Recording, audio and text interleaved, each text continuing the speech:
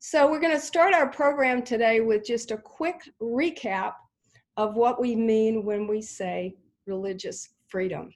Now, those of you who participated in our first session last week may remember that we learned last week that the United States is one of the most religiously diverse countries on earth.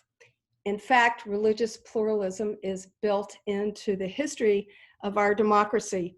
Also, last week we learned about America's changing religious landscape, in which white Christians are now in the minority, and the balance is shifting towards a more religiously diverse landscape, including a growing proportion of individuals who claim that they are not affiliated with any religious group at all. We were also presented last week with a new understanding of religious identity, which was built on the knowledge in part that religions are all internally diverse. They change over time, and religion is embedded in all aspects of public life. We also noted last week that religion is the first of 5 freedoms that are guaranteed to each of us in the First Amendment to our Constitution. Excuse me, the First Amendment begins by saying, Congress shall make no law respecting an establishment of religion or prohibiting the free exercise thereof. I'd like to dig a little more deeply into that today by pointing out the obvious, and that is that laws that Congress makes are federal laws. And so the First Amendment, when it was ratified with the Bill of Rights in 1791, applied only to federal laws. It wasn't until more than 75 years later, in 1868, when the 14th Amendment was ratified, that our 5 freedoms, excuse me, became applicable at the state and local level. The 14th Amendment says, among other things, that no state, quote, shall deprive any person of life, liberty, or property without due process of law. So think about what that means in our everyday lives. Local governments include cities, counties, towns, townships, school districts, library districts, community college districts, transportation districts, water and sewer districts, special business taxing districts. All these kinds of units of local government comprise our public infrastructure today. Ask yourselves then, guess how many units of local government are in the United States today? So if you guessed 90,075, you were exactly correct. According to the United States Census Bureau, in their last census of governments in 2017, there are 90,075 units of local government. So throw into that mix 50 states, the District of Columbia, 5 territories, hundreds of federal agencies, and you can see what a complicated public infrastructure we have, all units of which are responsible for ensuring religious freedom for all persons.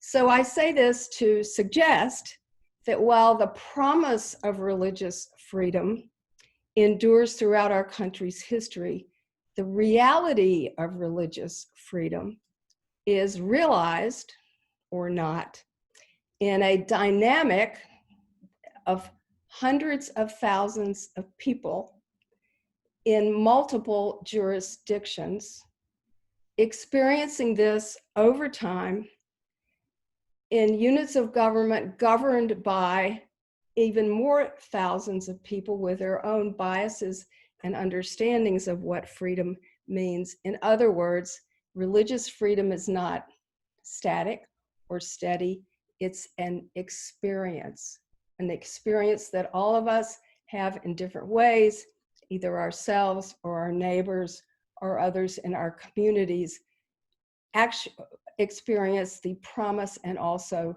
the limits of religious freedom. And that's our topic for today. So to moderate our discussion is Dr. Sabrina Dent, who's a fellow with the Religious Freedom Center and also senior faith advisor at Americans United. I'd like to thank Sabrina for helping to put together today's panel and also for agreeing to moderate the rich and varied voices that we're going to hear this afternoon. As comments and suggestions come to your mind during the panel, please go ahead and key them in the chat function, and we will address them when we get to the end of the panel. Sabrina, thank you so much for your leadership with this panel this afternoon. My pleasure, Blair. Thank you for the invitation to participate. And I want to thank all of you for being with us today as we discuss the promises and the limits of religious freedom. So Blair, thank you for providing context by giving a recap to last week's discussion that looked at some of the data provided by PRI, as well as looking at religious identity and then the changing religious landscape here in the United States. For the sake of this conversation, I think it's important that people realize what Blair talked about earlier was the complexities of religious freedom. And so you'll hear more about that during our discussion today. So although we recognize that religious freedom as defined on paper is a constitutional right for everyone, no matter what they believe or not, and that it is also a human right, the reality, as Blair pointed out, is that religious freedom in praxis is not the same for everyone.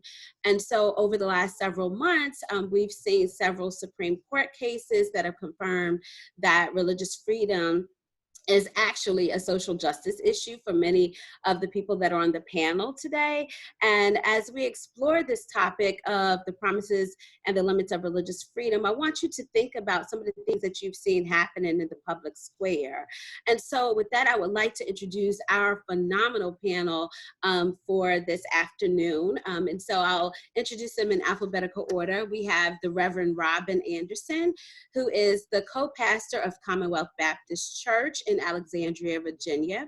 We also have Hurunnessa Fariad, who is the head of outreach and interfaith work with the All Dulles Area Muslim Society Center, which is the Adam Center, which is located in Sterling, Virginia. We also have with us Harmeet Kamboj. She's a Sikh American social justice advocate and a seminary student, because she graduated recently, of Union Theological Seminary in New York. And we also have Rogiérs. He's a musician, an educator, an activist, but also the lead organizer and member of Black Nonbelievers DC. And finally, we have with us Dr. Teresa Smallwood. She is the Associate Director for Public Theology and the Racial Justice Collaborative at Vanderbilt Divinity School. I'll also add that she is a teaching team member and contributor of the Religious Freedom African American Perspectives Project. So with that, I would like to say thank you for all of our panelists being with us today. So I want to start by asking you the question, and I'm going to start with Dr. Smallwood. If you could tell us your story, tell me your story. What has been your experience with religious freedom? Thank you so much, Dr. Dent. It's really a pleasure to be with you today. My experience is that, I look at it from an ancestral perspective. My people did not have religious freedom. They had to resist the freedoms to and the freedom from in order to express themselves religiously. And so from an ancestral perspective, there has always been a tension. In my own experience, however, I can say that even though there is the capacity to feel as though I have religious expression that is not confined to some type of governmental regulation, on the other side of things is my own sexual orientation that confines me to a particularized concept of religious freedom. And so my story has been the very story of the tension between liberty and equality. this notion that somehow, as one individual, my own ontology depends on whether or not I am one thing today or the other tomorrow. And in fact, I am a whole person. I show up as the whole person. And that makes my religious freedom experience one that is intention. Thank you so much, Dr. Smallwood. The tension between liberty and equality, that's a lot right there. Rogier, could you share your experience with religious freedom? If you could tell us a little bit more about your story. Absolutely, and I share a lot in common with Dr. Smallwood. My interest in this space of studying these subjects has become a lifestyle, but it started out with an understanding of my ancestry as well. I'm Caribbean born from the U.S. Virgin Islands, moved to the States when I was 9 years old, and didn't realize it until much later in life, but I ended up coming out at 30 years old. And I'm a bi-identified LGBTQ person. And so all of those things have really influenced my story as it developed over the years. I got started in studying, first and foremost, just on a historical perspective, trying to understand some of the things that my father was talking to me about when we lived in the islands. And I remember in 1992, everybody might recall, there was the quincentennial anniversary of Christopher Columbus's discovery of the well, not America, but of the West Indies and so forth. And so I really took a real interest to that particular subject and studied it and watched documentaries, and it was a big topic of our conversations in school when I was a kid. And my father would correct me on some of the mythology that I had been sort of presented with. And so I started to learn more. And then I started to kind of track back just what I had seen riding around where I'm from, going back for visits with family and friends. And it sort of developed into a little bit of an obsession, just trying to figure it all out, just how we got here and what our experiences were like. And ever since then, I've been just continuing that road. Later on, I would travel as a musician, and I've been all over the world, and I then went to school and studied my master's in Spain. And so I was actually in Spain, and so that was an exciting part of my life to sort of just kind of make some other connections and associations with this history that I had been learning. And as a musician, I have also been a minister of music. And so in the times where I wasn't on the road, I was always playing in a church. And I started playing when I was a kid, and almost professional since 12 or 13, I think is when I really started in the Moravian church. And I later on went to play in many, many other denominations over the years. And just recently stopped playing at church. I stopped in 2012 before I went to Spain for school. And after I came back, a couple years later, I ended up getting asked to play at another church. And I was kind of like, But in any case, ministry, history, understanding my ancestry, understanding my own identity as it developed, understanding the sort of doctrines and the theologies that I was presented with in a number of different denominations, how all of those things connected really was a part of my story. Thank you for sharing. So you talked about your history and your experiences, ancestry, just like, Dr. Smallwood said, and also how you show up in the world. So thank you for sharing. Harmeet, can you tell us more about what has been your experience with religious freedom? Sure. Thank you so much for having me today, Sabrina.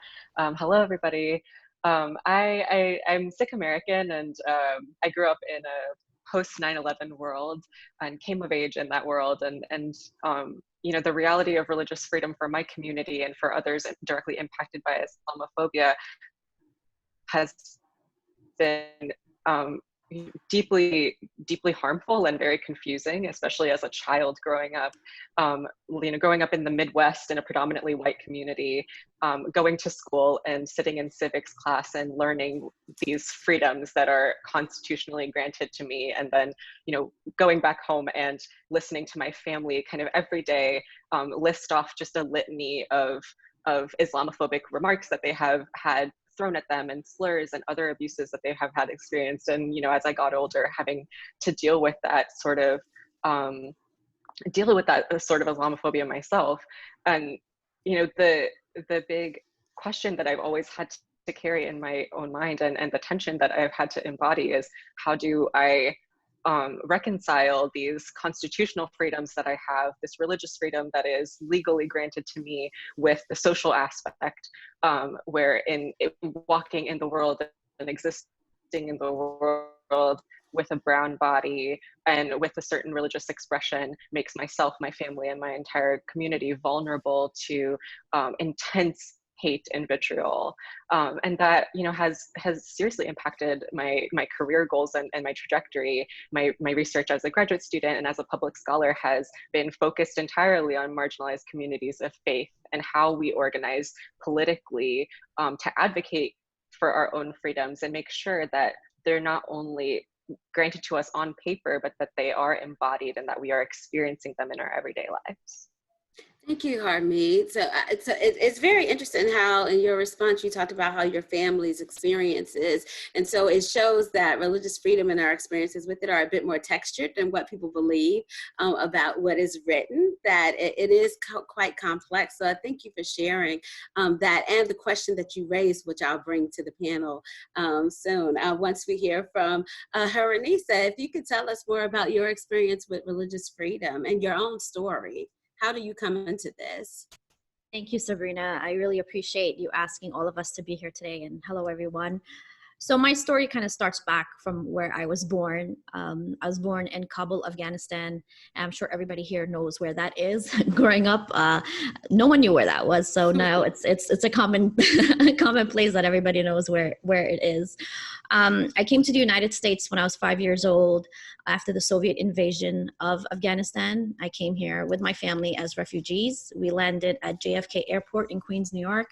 And that's where I grew up. That's where I went to school. That's where my family is still today. I moved to Northern Virginia around 2004, and I settled here with my kids. I work at the second largest mosque in the United States.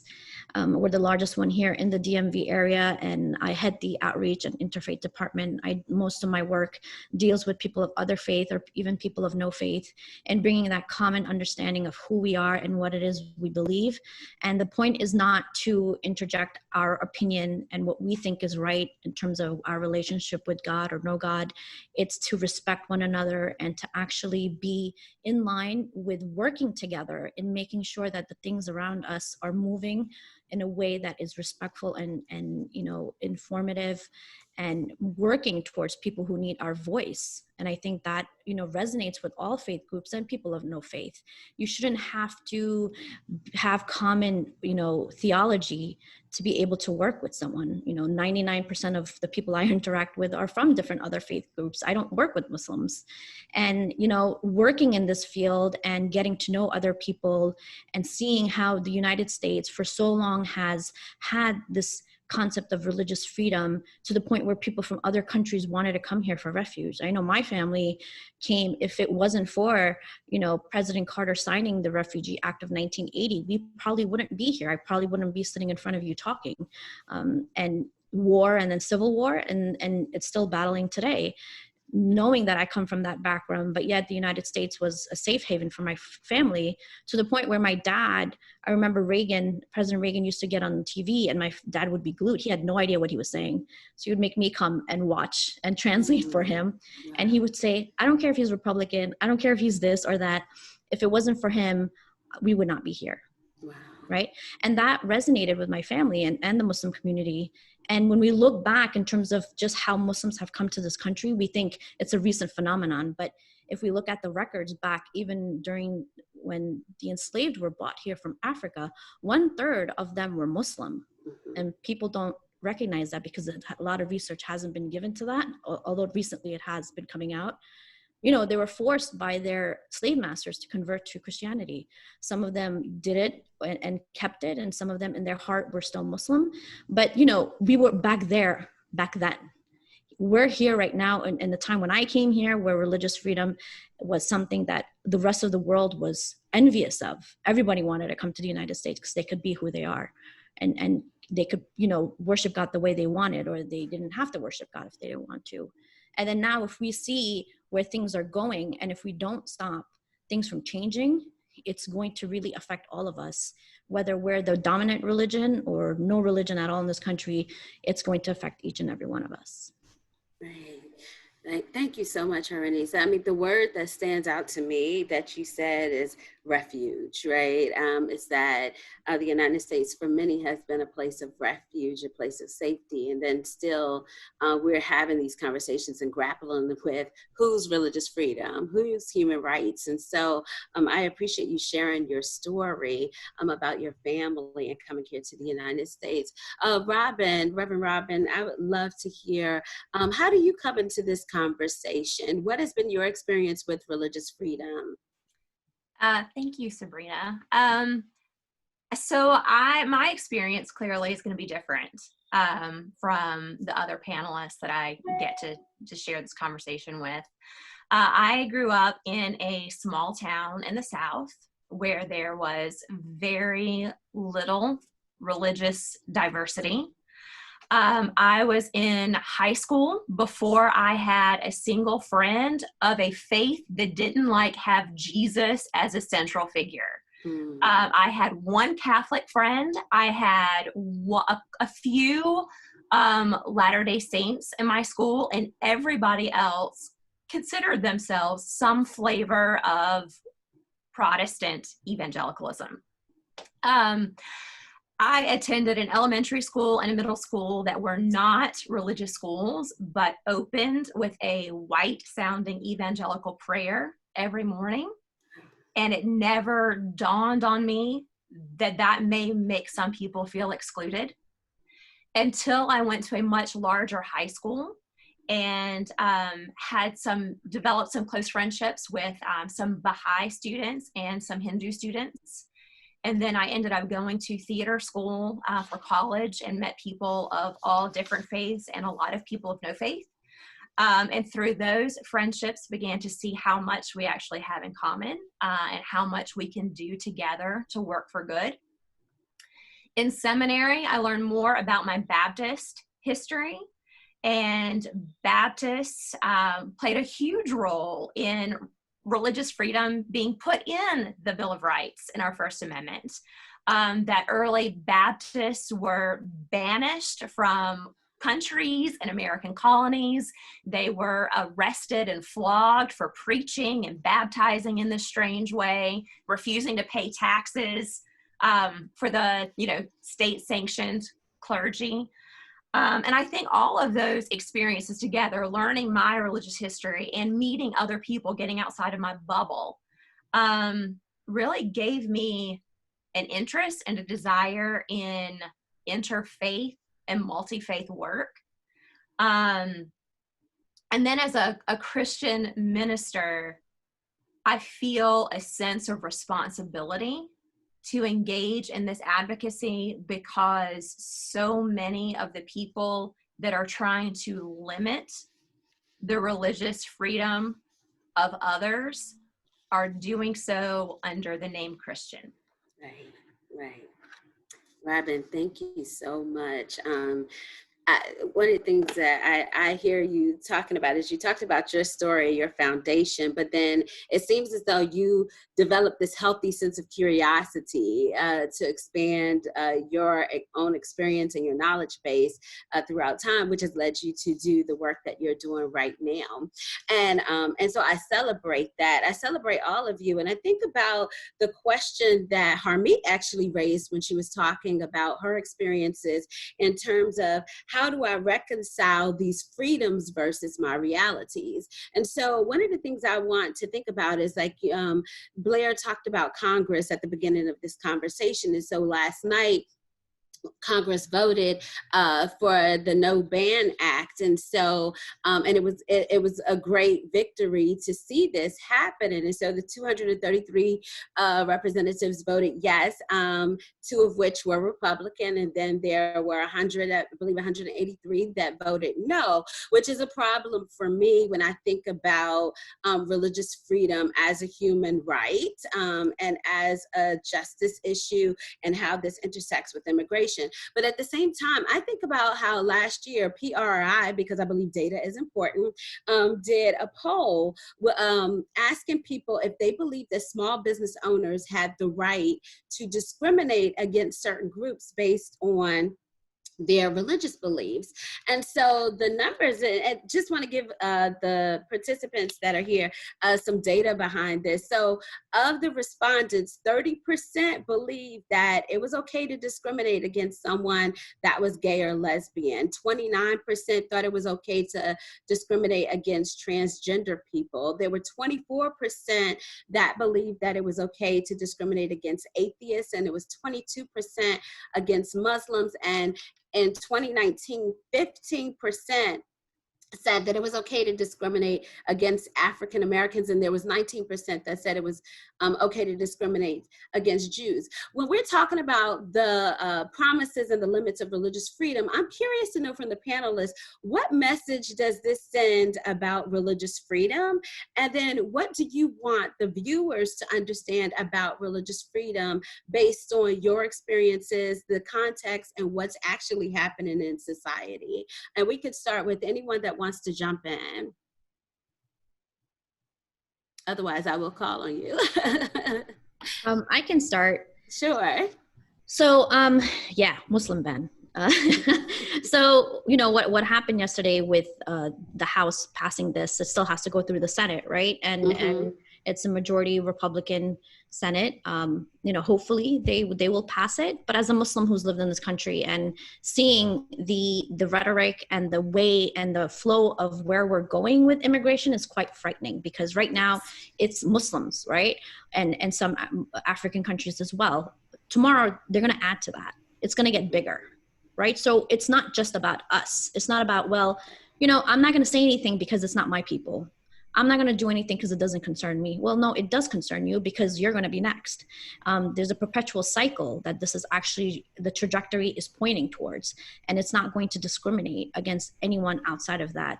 And connecting that to what's going on with businesses denying service to people of different background, you know, in our faith, the only one who is allowed to judge you is God, right? If you believe in God as a Muslim. The people you work with, the people you surround yourself with, the people you interact with have their own connection to a higher being, or they don't. It's not your job to enforce that.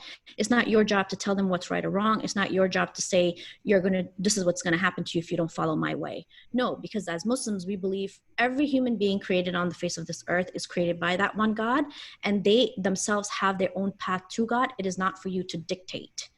It's not your job to be the judge, the prosecutor, and the executioner in this world. Your job is to respect, to love, and to collaborate with one another, and to work for a better life for everyone. There's so many issues that we actually need to worry about, that we need to work together for, whether it's poverty, climate change, the abuse of women, domestic violence. There's a plethora of things that we can actually work together on in dismantling all these horrible things that are going on. And then, you know, just the concept of what has happened in 401 years in this country of racism. I mean, we have a lot of work cut out for us, where we don't need to be dividing ourselves to different ways of thinking or discriminating against one another based on belief, or the other person is not like me, so therefore I'm going to deny services. I'm completely against that. You know, people have the right to choose what they want to do. If they're not, as long as they're not imposing it on you, let them be. Let them be, work with them. If you get to know people, you will actually get to see how much you have in common with them. You know, I started a podcast in February, and it's with a Black female pastor and a female rabbi.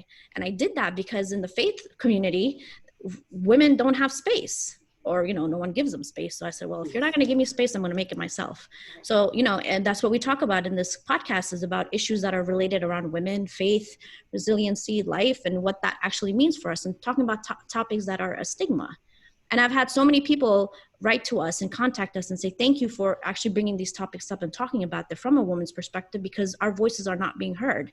So there's so much that we can do, even from being of different faith. So what if you pray differently or you worship God differently? We have so much in common just by being human beings, and we need to respect that and celebrate that.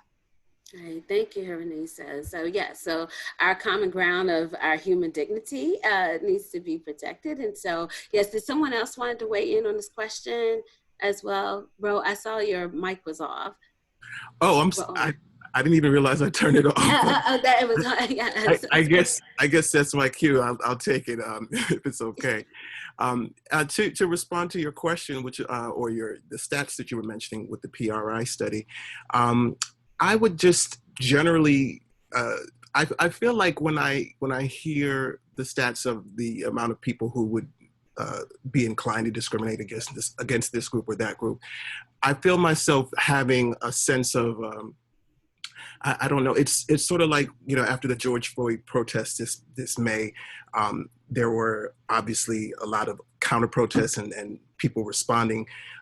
But a lot of the folks who had been in the trenches of these fights of social justice and racial justice and scholarship and data, you know, it was a vindicated, there was an experience of vindication of like, we've been telling you this, you know, like all of these things, you know, the sort of extrajudicial violence by police and the concepts of these statues and all of these things that represent oppression and dominance and extensions of white nationalism or white religious nationalism were sort of like the things that we had all been studying and talking about and trying to communicate for so many years. And so it was frustrating in a way to have to re-articulate why these things were problematic. And so when I hear your response about, or the stats from the study, I have a similar feeling, because these kinds of issues, the cultural issues, the social issues, the culture war, and all of these kinds of things,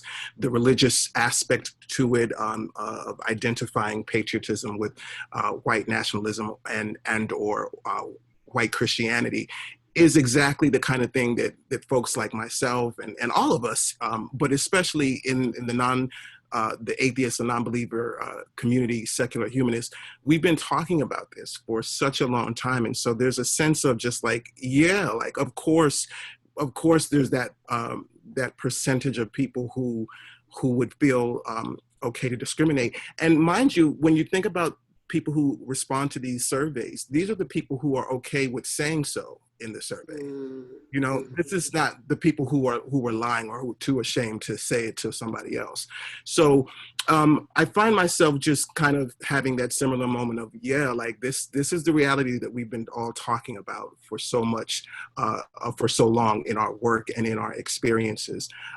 In general, though, I would just say, you know, the culture wars, you know, they endure, and this is an extension, and this is a logical extension of ideas and beliefs of inferiority and dominance. And this is sort of the yin-yang fight of our human existence, is people trying to have dominance over one another and using religion and tribalism and all these different, and race and gender and the ways that they achieve dominance or at least fight for it.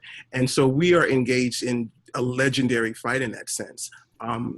I would also just say, from the point of how I see communicating religious freedom to viewers, as a non-believer, as an atheist, as an agnostic, as a secular humanist, for me, religious freedom is the right, is two things. It's the right to exist, right? Which we all have that in common. I support everybody's right to exist. We are all part of this human experience. So I see the same thing in the sense of what we represent to this fabric is fighting for, advocating the right to exist, but also the freedom and or the right to dissent.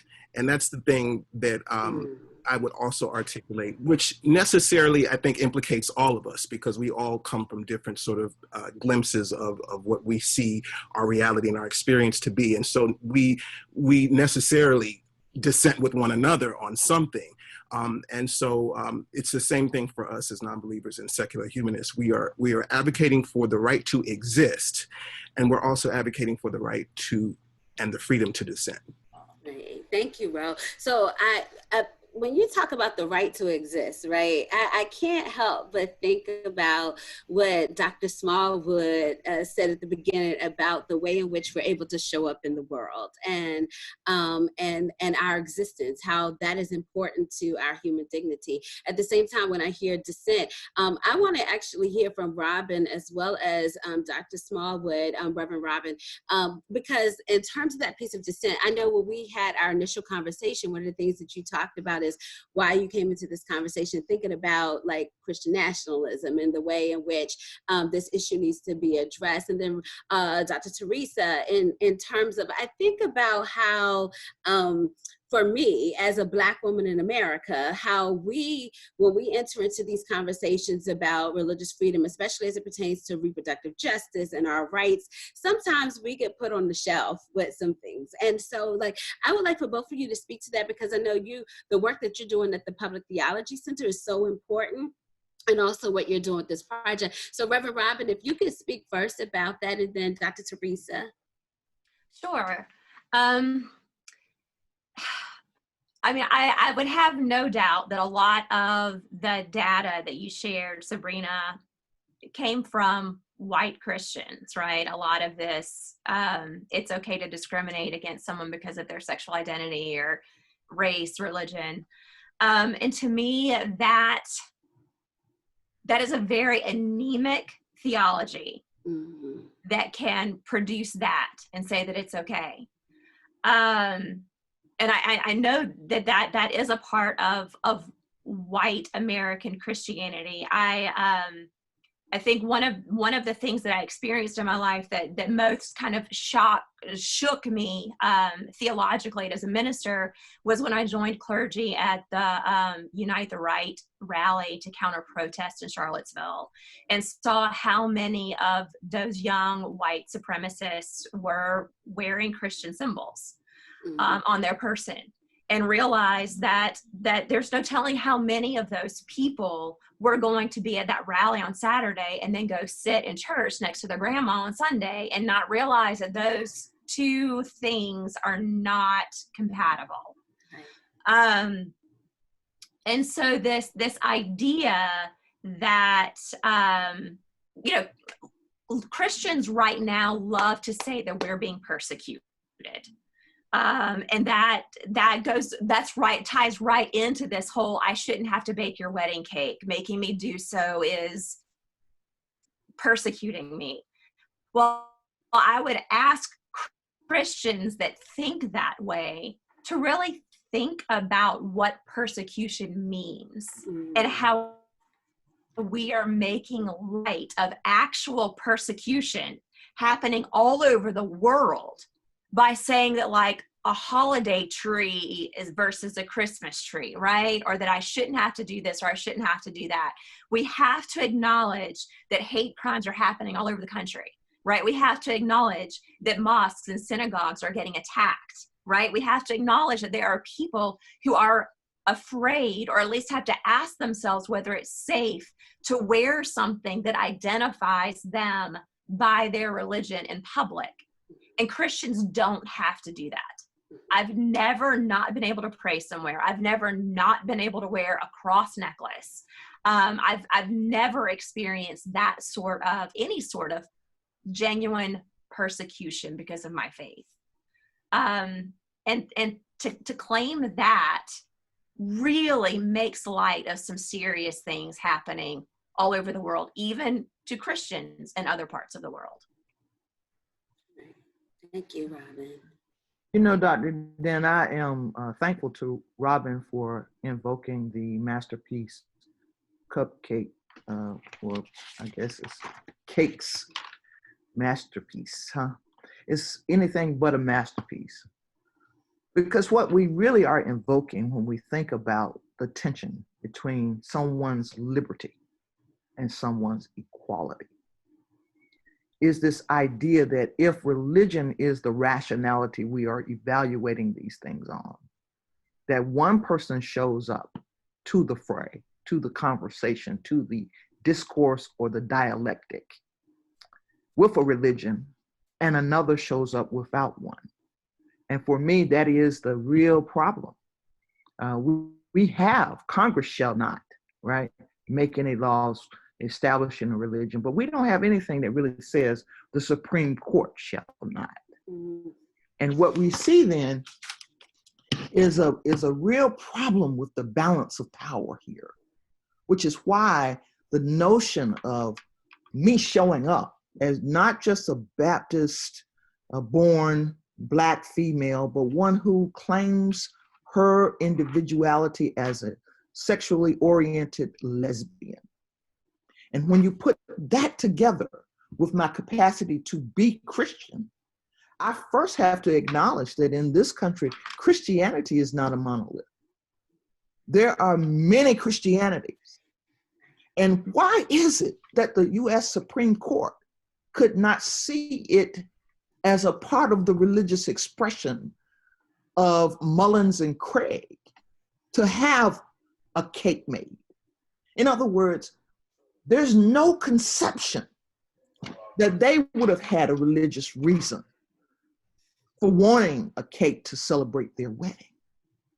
And what that says to me is that even though we all celebrate the capacity to be free in this country, to have religious expression, the Supreme Court is on a slippery slope towards establishing a religion and claiming that it's doing so in direct contravention of the concept of religious freedom.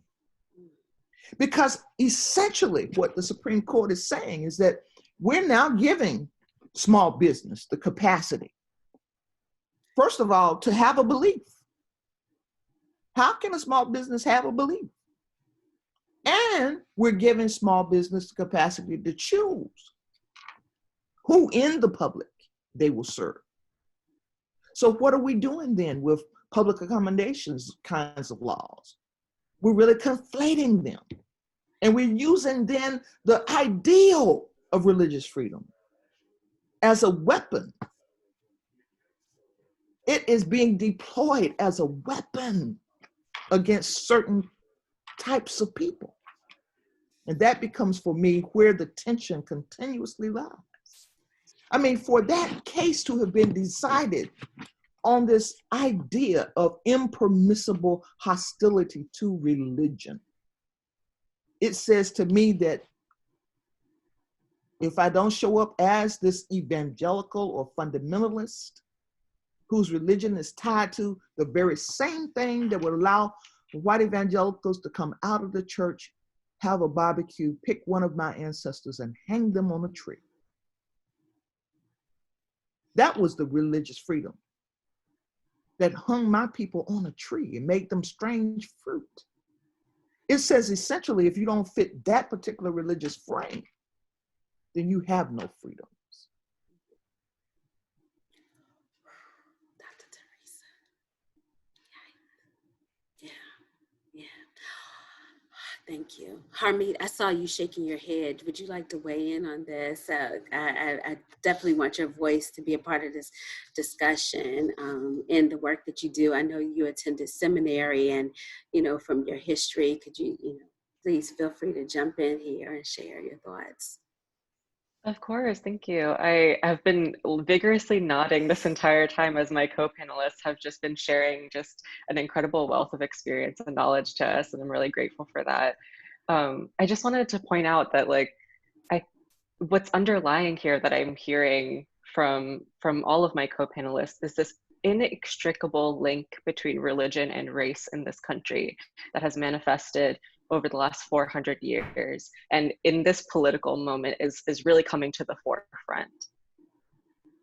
And that's, whether that's manifesting through the arguments around the Muslim ban and the passage of the No Ban Act in the House.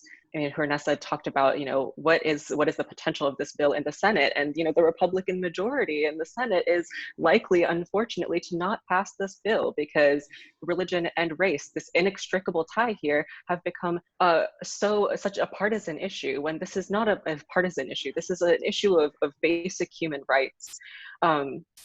Or extending it to queer people, to LGBTQ plus people, and the humanity that they're denied day to day through cases like the Masterpiece cake shop case.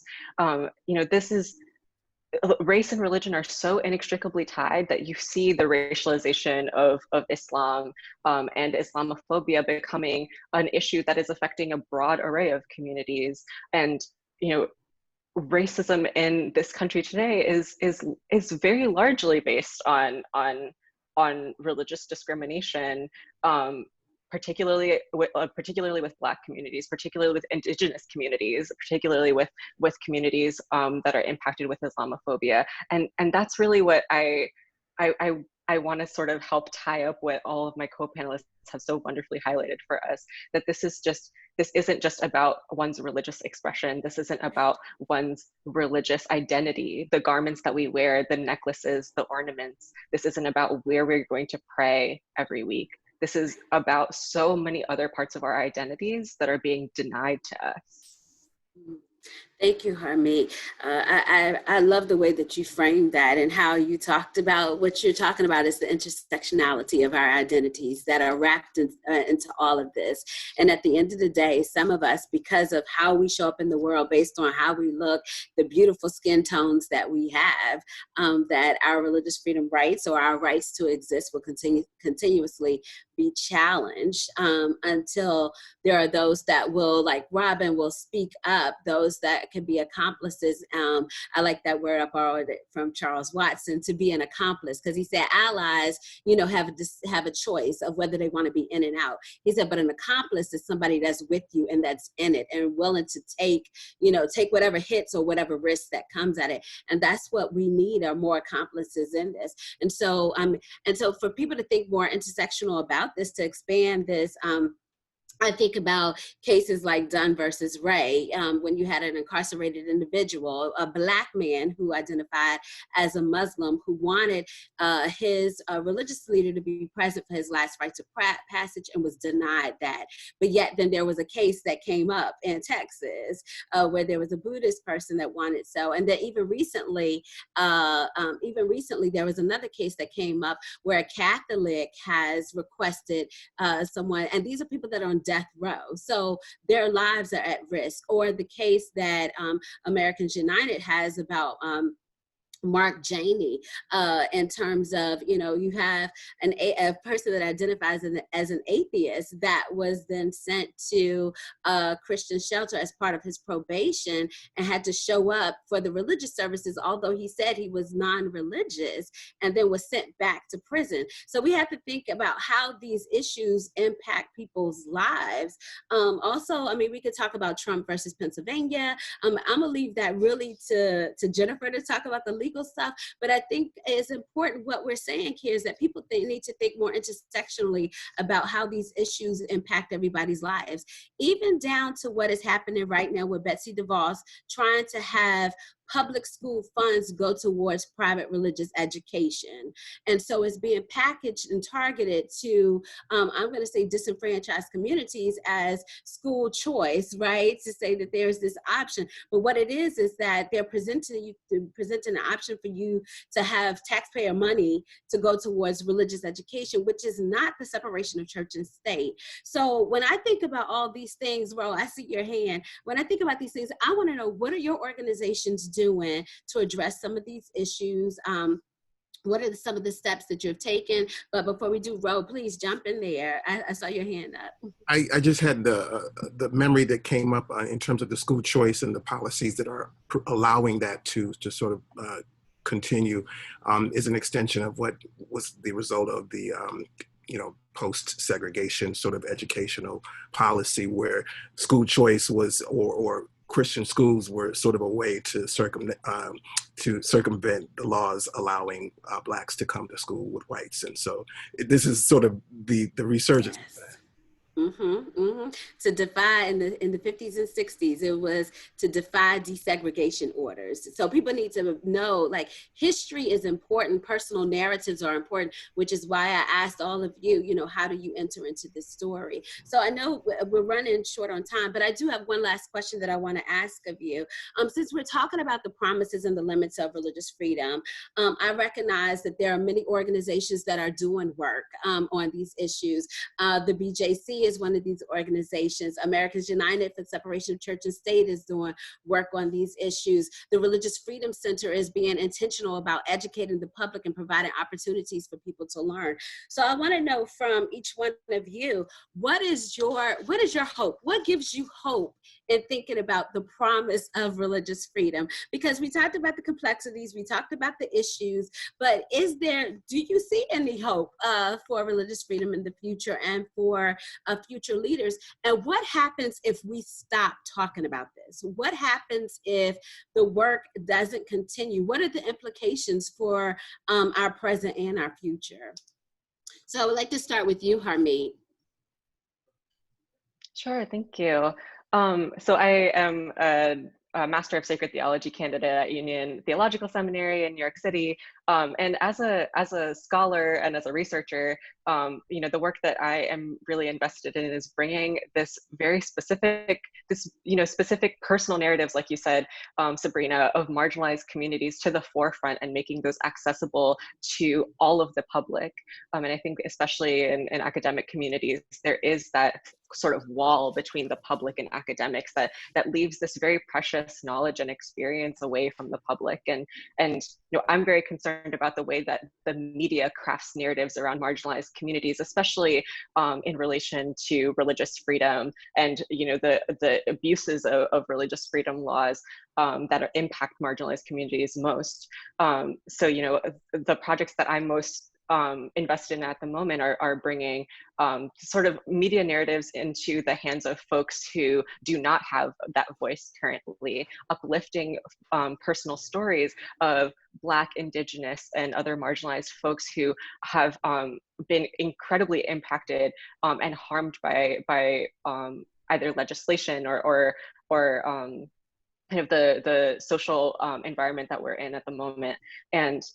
And offering a platform to those folks, and also being able to act as a voice for my own community. You know, as someone who identifies as non-binary, who's coming from the Sikh community, you know, I am able to bring a voice and a perspective to these conversations that has not been represented before. And it's so important for us to be able to harness these narratives in our own hands, to really take control of them. And I also just wanted to say that I just launched a new project, a magazine that I'm now editing, that's called Faith in Full Color, that is specifically for folks from marginalized communities and talking about faith and racial justice. So being able to take control of these conversations is so important, and part of the work that I'm doing now.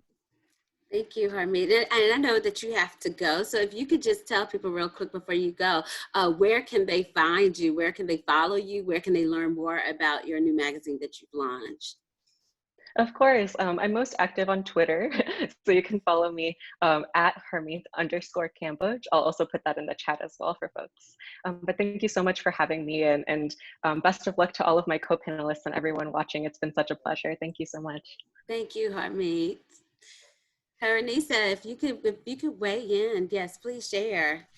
Yeah, sure. I mean, I definitely have hope, and I see that in the work that I do. So we're talking about Islamophobia, and Harmeet mentioned this, how one thing, and it's such a huge movement that it has $35 million in their budget. I'm like, wow, we could use that money for so many other things. But, you know, you see how this one thing of Islamophobia is actually affecting other groups of people who aren't Muslim, whether it's the Sikh community or the Latinx community or anybody who looks Muslim, right? They're being targeted as well. And being Muslim, you know, there's no one look of Muslims. We're all over the world. There we're from all different backgrounds. You know, Indonesia is the largest Muslim populated country in the whole wide world. You would think it's one of the Arab countries, but it's not. So we have to make sure that we're understanding the concepts and the complexities that are coming in with these issues.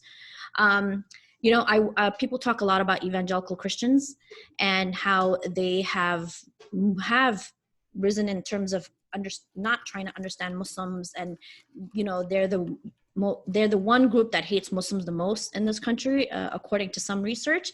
And I actually work with evangelical Christians whose whole organization is to bring dialogue between evangelical Christians and Muslims in different cities. So it's called Peace Catalyst International, or PCI, and it was started by Dr. Rick Love, who passed away last year from cancer.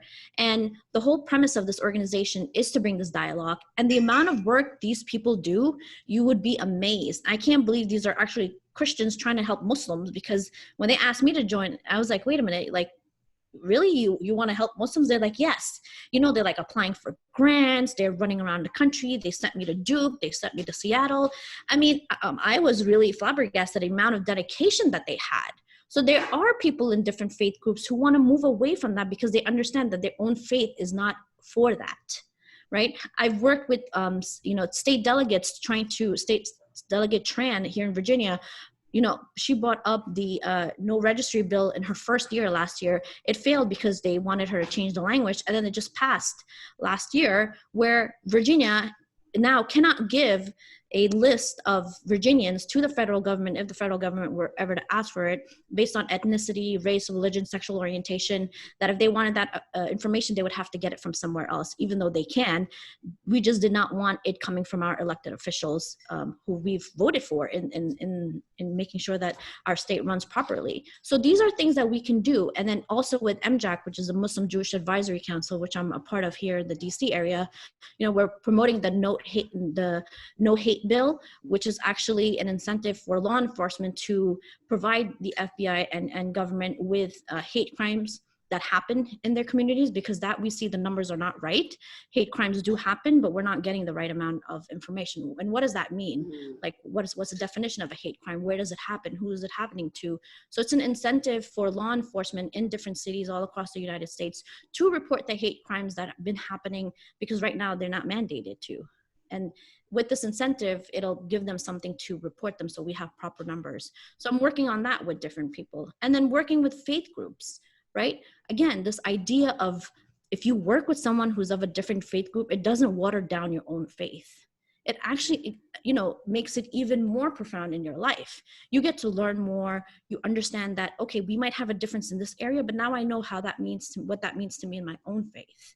I started, so in the Muslim tradition, when we pray, singing is not part of our prayer service. So we don't usually have a choir, but our imam, who's very progressive, Imam Majid, who does a lot of multi-faith work all over the world, told me, because I have a music background, to start a youth choir in our mosque. And I looked at him like, what?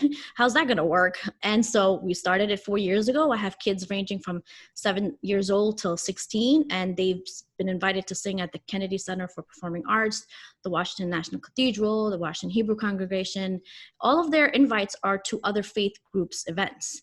And these are children, right? It's an innovative way of getting children to be involved in multi-faith work. So there's a lot that we can do. You know, there are people who are going to spew hate, but there's so much more people who are spewing love as well. So we need to work with them. Yes, thank you for your work that you're doing. Rogiérs, if you could weigh in. And then I want to get the last two responses after you from Reverend Robin and Dr. Teresa, because I want to hear if there are any questions from the audience. I do have, thank you, Dr. Dent. I do have hope. However, I mean, my hope is obviously, my work is a reflection of my hope, but I try not to focus too much on that as a real sort of, you know, motivation towards, you know, utopia. I want to be weary of that as an end goal, and equality would be much more of a satisfaction at this point. But what we do have to lose, and what's at stake, is our freedom to dissent, as I mentioned earlier, which goes to our autonomy, and it goes to essentially thought crime. And so that's something immediately, I think, at stake. In general, though, just to wrap it up, someone had spoken earlier about the tension in these conversations and in this country.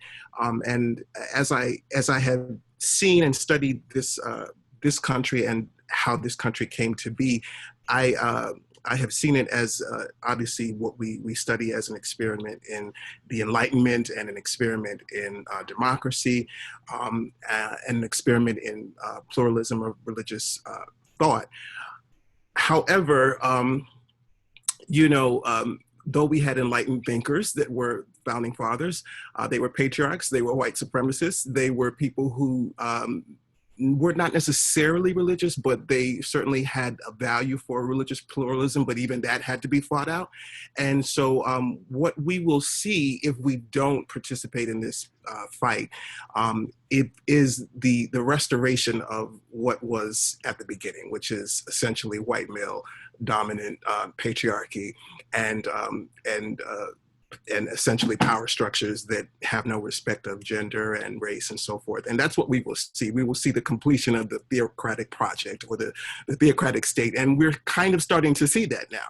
This is what is happening literally as people are being rounded up and thrown into vans. We're seeing people who have claimed Christianity in a particular type of way, very cynically perhaps, but they have claimed it as they essentially claim dominance over people who dissent. And so that's what we have to lose.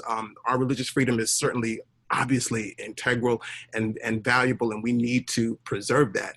But we have to remember that the people who started this country started it the way they wanted it to be. They started exactly what they wanted. They wanted us to be slaves. They wanted to rule over women. They wanted to rule over the poor. That's how they wanted it, and there's some ways that we can make it better. But if we don't fight, they're going to restore it exactly back to the way they wanted it in the beginning. Wow, Rogiérs. Yes. Reverend Robin. Yes. Don't make me say anything after that. Sorry.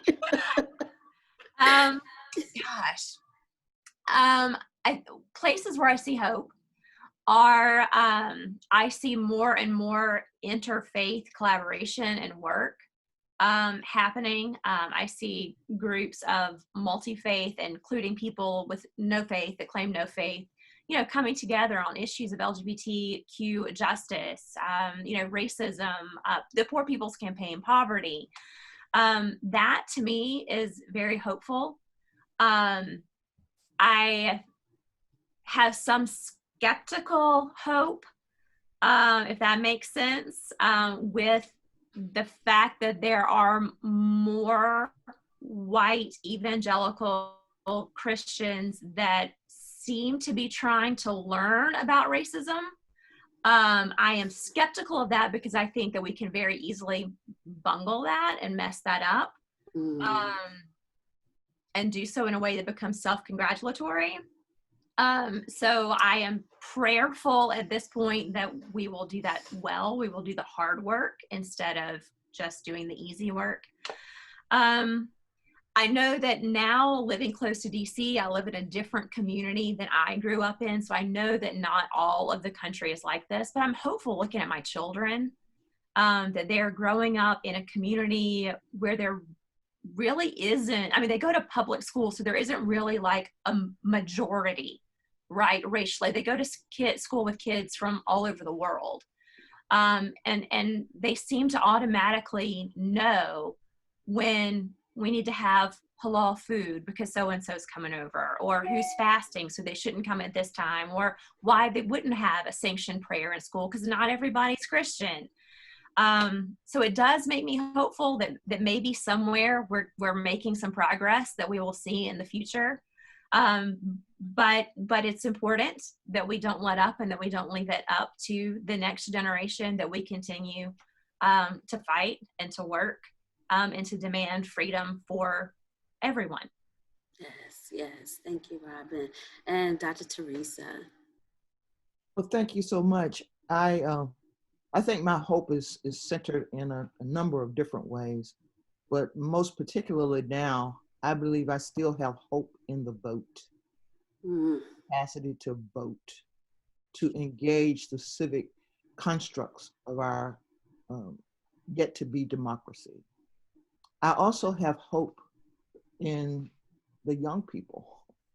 I mean, the ways in which we saw folks coming from every direction to protest the death of George Floyd, it gave me hope. I saw at least one aerial view of people coming to the march.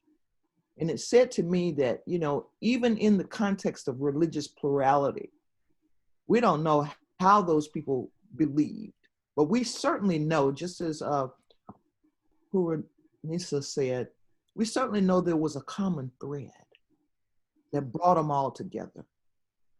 And I'm very confident that the work you do, Sabrina, brings hope. Thank you. The work that Blair does, it brings hope. We have to continue to keep the conversation alive.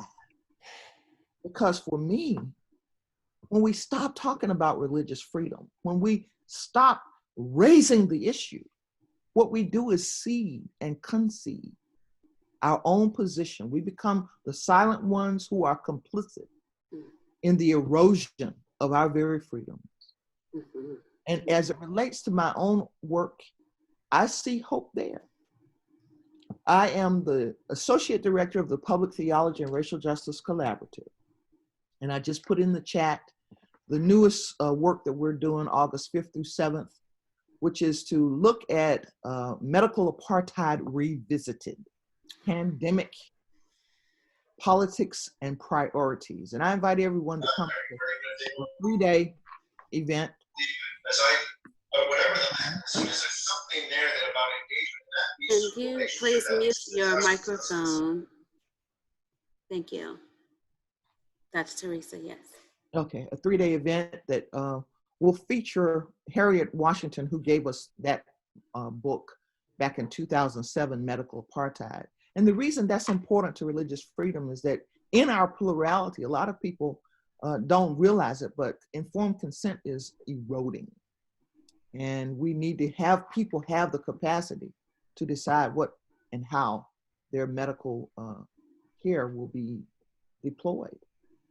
Right now, I'm very, very concerned about what this pandemic has done to religious freedom. So many people being put in refrigerated boxes and trucks. You know, what is the religious right being given to those bodies? All of those things. But I still have hope. Yes, yes. Sabrina, Well, I want to say thank you to all of the panelists.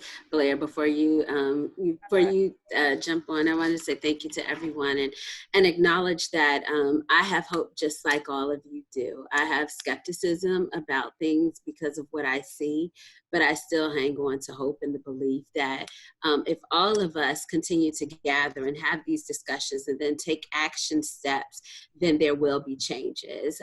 So I have hope that we had 55 people to jump on at one point on this call to listen and to engage. And so that gives me hope, the work of our organizations and as individuals and collectively gives me hope for the future. And I just hope that we will continue to keep the conversations going amongst each other and in our own individual circles.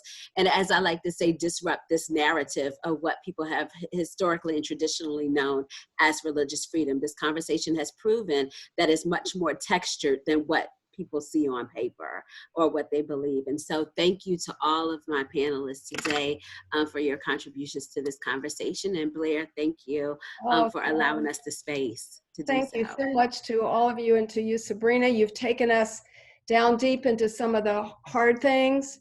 You've inspired us with your personal stories and you've left us with some hope. And I really appreciate it. I know we all do. And you've also done a great job of establishing some context for the next and final part of our conversation today, which is very important. Understanding of Christian nationalism. We've been talking about our freedoms underneath the Constitution that are assured us by our constitutional amendments. But we have an opportunity now to see what happens when government and a preferred religion seem to come together. And to help us understand that is Jennifer Hawks, who is Associate General Counsel at BJC, which used to be called the Baptist Joint Commission on Religious Liberty, but we just say BJC. Now she works 24/7 essentially on issues of church and state and separation of church and state, and has certainly done a lot of the BJC's background work on Christian nationalism, and she will help us understand better what this means and why there's so much talk about Christian nationalism today. Now, I know Jennifer has some slides, so if you haven't already put your viewer on speaker view, you might want to do that so you can see her slides. And Jennifer, thank you so much for joining us this afternoon. Thank you for the invitation, Blair, and to Dr. Dent and all of our wonderful panelists. Thank you for sharing your expertise and experience. So I was asked to address Christian nationalism, what it is, why we're talking about it, in a grand span of 10 minutes. And I promise I'm going to keep it to 10 minutes because I know y'all have good questions for our panelists, and I want to make sure that we are able to get to some of that. So I'm going to share my screen so that we can do the PowerPoint quickly. And so that we can learn together about Christian nationalism. So some of you are familiar with the term of Christian nationalism, and others of you, this may be the first time you've heard the phrase, and that's totally fine because we're going to walk through it together. While Christian nationalism is not a new concept, the phrase itself is relatively new and common usage. And so as a Christian, I feel it's important to start off with a parameter of Christian nationalism is not Christianity. And that is one of the reasons that I am passionate about speaking against Christian nationalism. Christian nationalism is a distortion of the gospel and a merging of Christian ideology, Christian symbols with the power structure. It's also important to note, because I usually get this question, so just to head it off, religious nationalism can come up in any political context, but in the US, our majoritarian religion is Christianity, and Christianity is not immune to the seductions of merging with political power to create this form of nationalism. So we at BJC see Christian nationalism as a political ideology and cultural framework that seeks to merge American and Christian identities. It suggests that true Christians are Americans and that real Americans are Christians. But all of us on this Zoom call today, we know that the gospel as a global religion is not limited by any national boundary. And we also know that from our colonial days, people from various faith traditions and no tradition have contributed to the success of the United States. So that this idea that you have to be Christian to be American or vice versa is simply false. Christian nationalism at its core demands a privileged place for a version of Christianity in our laws and government, and ignores the foundational principles of faith freedom for all. Like other isms in our society, it is pervasive, it is insidious, and it infects all aspects of our life. It often overlaps with racism and authoritarianism, but is a distinct concept. The deep, abiding problem of racism in this country is much larger than Christian nationalism, but Christian nationalism does play a role in maintaining racism. Christian nationalism feeds on carefully curated and white-centered version of history, so that to argue that America was founded as a Christian nation. So that's usually one of our first questions: is the U.S. a Christian nation?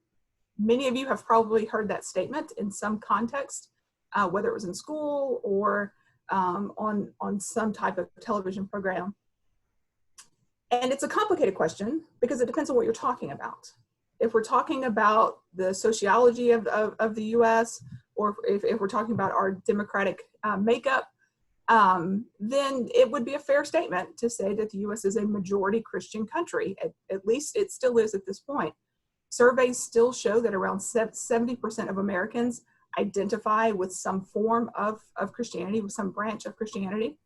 However, when those same surveys go deeper to ask about religious practices such as prayer, Bible study, or worship services, the number of adherents, those stats decrease as you start talking about regular engagement with Christian practices. Sociology professors Andrew Whitehead of Clemson and Sam Perry of Oklahoma have been studying from an academic perspective Christian nationalism and how it impacts our society. And they have found, perhaps unexpectedly, but I would say it makes complete sense to me, that those who are highly engaged in their own religious practices score lower on a Christian nationalism scale and while those who score higher on that scale tend to be less engaged in their own religious practices. There seems to be a correlation between involvement in your religious tradition and your ability to respect other people from other traditions. So while demographically we could be called a Christian nation, legally we absolutely are not. In debating the Constitution, the founders included Article 6, which is the prohibition against a religious test for office. So if you're setting out to start a Christian nation, then Christianity is going to be your basis for political leadership, if not full citizenship. I mean, that would make the most sense. The founders absolutely rejected this path, even though they were very familiar with the concept of religious tests for political office, because many of them came from colonial structures that had that test in there. Another question we often get is how does nationalism differ from patriotism? Or aren't we just using this as a way to criticize being patriotic? And so I see nationalism and patriotism as embodying two different concepts, although there is overlap between the two. I see patriotism as a love for the country that is expressed in many ways. It can be waving an American flag, it can be volunteering at a food bank, teaching in our public schools, serving in the military, running for office, or even protesting the policies with which you disagree. Nationalism, on the other hand, is an extreme form of patriotism that demands a position of superiority and has little or no room for dissent or disagreement. So Christians can be patriotic without engaging in Christian nationalism. So we'll move to a couple of examples, especially for people who might be new to the concept. It can show up in a number of ways. So when we marginalize someone, whether it's on the playground or in a boardroom because they're not like us, it could be an expression of Christian nationalism. When we use Christian language or symbols to demand conformity to civil society and promote civil policies that solidify a power or a status, that can also be an expression of Christian nationalism. A lot of people who have heard about Christian nationalism have really become more aware of it in the last month, because in early June, we had the famous photo op where President Trump walked across Lafayette Square after having the square cleared of protesters so that he could hold up a Bible in front of St. John's Church. That was a visual display of what Christian nationalism was. When the president went to the church, he did not pray at the church, didn't do any sort of religious practice at the church. He didn't meet with anyone from the church to discuss the vandalism that was occurring to the church property. And he didn't in any other way engage a concept of Christianity or Christian practices. He was simply holding the Bible in front of a church to send a political message. Sometimes Christian nationalism can express itself in more sinister ways. Robin, in her time on the panel, mentioned that she was in Charlottesville. And that the protesters were wearing Christian symbols. Many of the protesters were wearing cross necklaces while they chanted, "Jews will not replace us." That would clearly be an embodiment of a Christian nationalism. Christian nationalism in the hands of extremists can lead to acts of violence. And so I've put some of them on the screen. And it's important to note that when Christian nationalism overlaps with racism, sometimes Christians become the targets because they are not the right kinds of Christians, or might be in some way a threat to the white Christian nationalist power structure or idea. So it's important that we identify Christian nationalism so that we can address it, because if you can't identify something, then you can't address it. But we also must take steps to oppose it and dismantle it. And so more than a year ago, and the organization I work for, BJC, met with several Christian and non-Christian organizations to discuss this rising Christian nationalism feel that we were seeing in politics and in society. And so we wanted to try to come together to see if there was something we could do to address this. As we discussed the problems and what we were seeing, all of our non-Christian groups around the table looked at us and said, yes, this is a problem, but it's something you Christians need to address first. We can't do it safely. This could legitimately put our lives at risk to step out at this time. That broke my heart, because these were good friends of mine who I advocate with on any number of issues, and the fact that they feel that they couldn't protest this threat to our democracy without putting their personal lives at risk, it just broke my heart. So we Christians at the table listened to their message, and we created a campaign called Christians Against Christian Nationalism. And I'm as big of a fan of clever wordplay and acronyms and things like that, but sometimes you need to title something just to get straight to the point and what you're doing. So this is a place for Christians to come together to say that we stand against Christian nationalism, that Christian nationalism is not Christianity. It's a distortion of our gospel belief, and that it threatens democracy, particularly religious freedom for all. So that's the statement. We're not going to go through it, but I will note that a lot of our non-Christian friends agree with the statement and agree with the points that we're making. We are not saying that only Christians have these beliefs, but we were trying to set kind of a parameter of what can we agree on how religion should appropriately play out in the public square. If you're a podcast person, BJC had a series this year on respecting religion, and we had a couple of episodes addressed to Christian nationalism. And then last year we did a 10-episode series on the dangers of Christian nationalism, where we talked to scholars and experts and theologians and journalists and politicians just to see how Christian nationalism is being expressed in their area of expertise. If you're more of a book person, I'm never going to pass up the opportunity to plug good resources. These three approach Christian nationalism from different topics, different angles, and they would be well worth a read to go deeper on this subject matter. And so with that, I'll turn it back over to Blair and to Sabrina so that we can address any questions. Thank you, Jennifer. Thank you so much. This is a good overview, and certainly gives us some clues about where we need to be on the lookout to recognize Christian nationalism as it emerges in the public debate.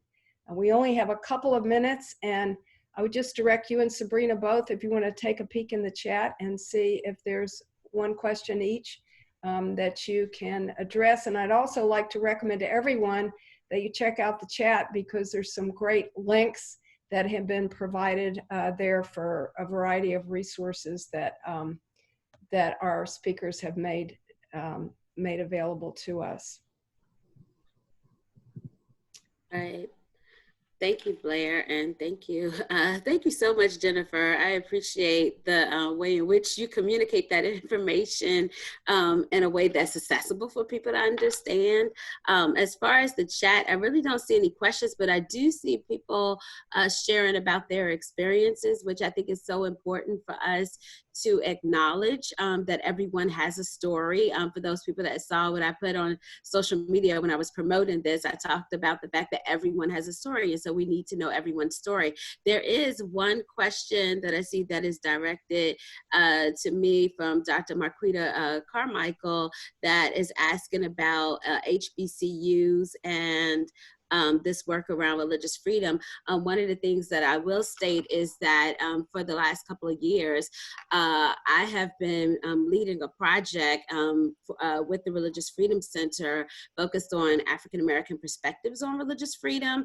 And so one of the things that we've done is that we offered a course to seminarians titled African Americans and Religious Freedom that looked at the complexities of our experiences as well as our identities and history, a lot of which that was talked about on today's panel, and talking about how the 30% of enslaved Africans were Muslims and they came from African traditions, but also looking at the politics of it in terms of the politics of religious freedom, looking at the violence of religious freedom, because there's a lot of violence in religious freedom, as Dr. Teresa talked about, how, you know, people would go and worship in their houses of worship. Well, specifically white Christians would worship on Sunday and then in the afternoon do lynchings.